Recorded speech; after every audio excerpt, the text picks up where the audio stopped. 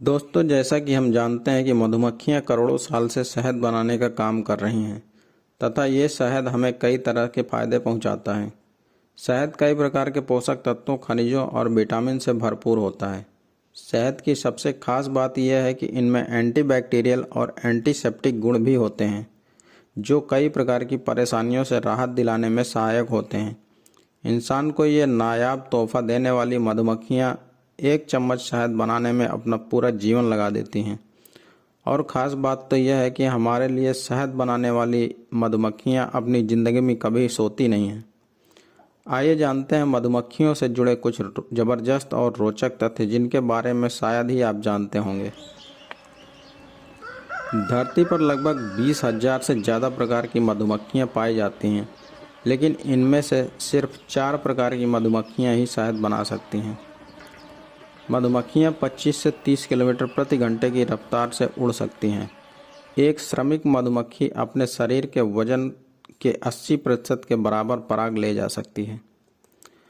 हमारे द्वारा खाए जाने वाला लगभग 1/3 भोजन मधुमक्खी के परागण का ही परिणाम है, क्योंकि परागण की वजह से ही फूल से फल बनते हैं।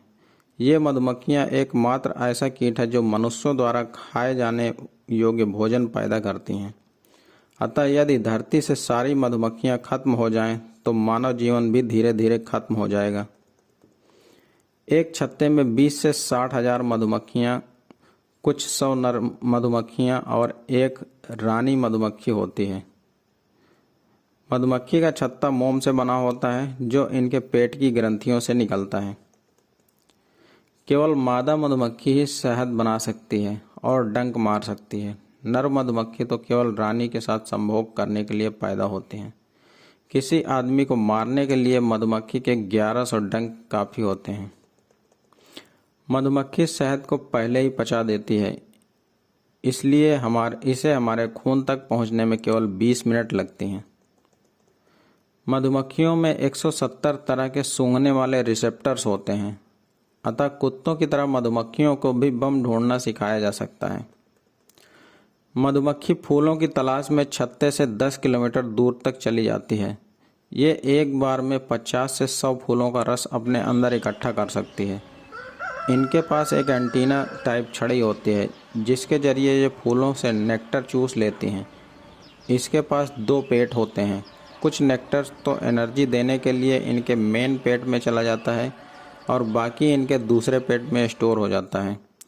फिर आधे घंटे बाद ये इसका शहद बनाकर मुंह के रास्ते बाहर निकाल देती हैं, जिसे कुछ लोग उल्टी भी कहते हैं। इस प्रकार मधुमक्खी शहद बनाती हैं।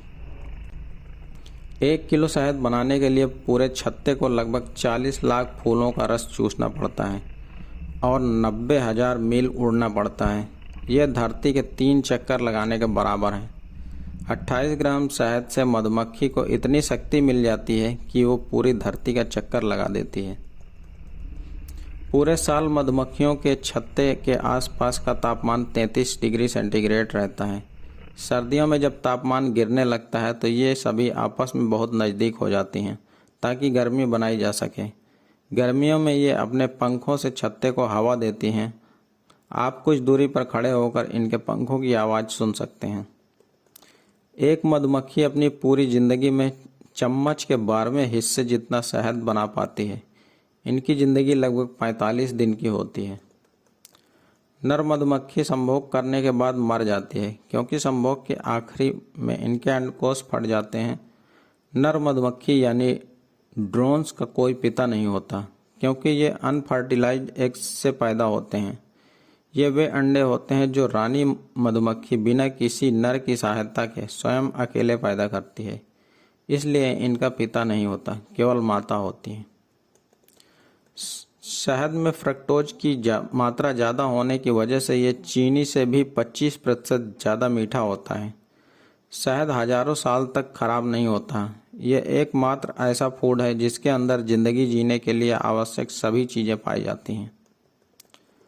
रानी मधुमक्खी पैदा नहीं होती, बल्कि ये बनाई जाती है। ये 5 से 6 दिन की होते ही सेक्स करने के लायक हो जाती है। यह नर मधुमक्खी को आकर्षित करने के लिए हवा में फेरोमोन नाम का केमिकल छोड़ती है, जिससे नर भागा चला आता है। फिर ये दोनों हवा में सेक्स करते हैं। रानी मधुमक्खी की उम्र 5 साल तक हो सकती है। ये छत्ते की अकेली ऐसी मेंबर है जो अंडे पैदा करती है। ये गर्मियों में बहुत बिजी हो जाती है क्योंकि इस समय छत्ते की जनसंख्या मैक्सिमम हो जाती है।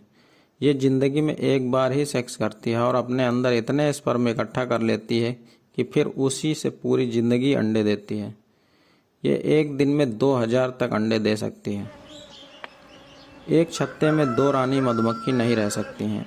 अगर रहेगी भी तो केवल थोड़े समय के लिए, क्योंकि जब 2 रानी मधुमक्खियाँ आपस में मिलती हैं तो वह एक दूसरे पर हमला करना पसंद करती हैं और ये तब तक जारी रहता है जब तक कि एक की मौत ना हो जाए।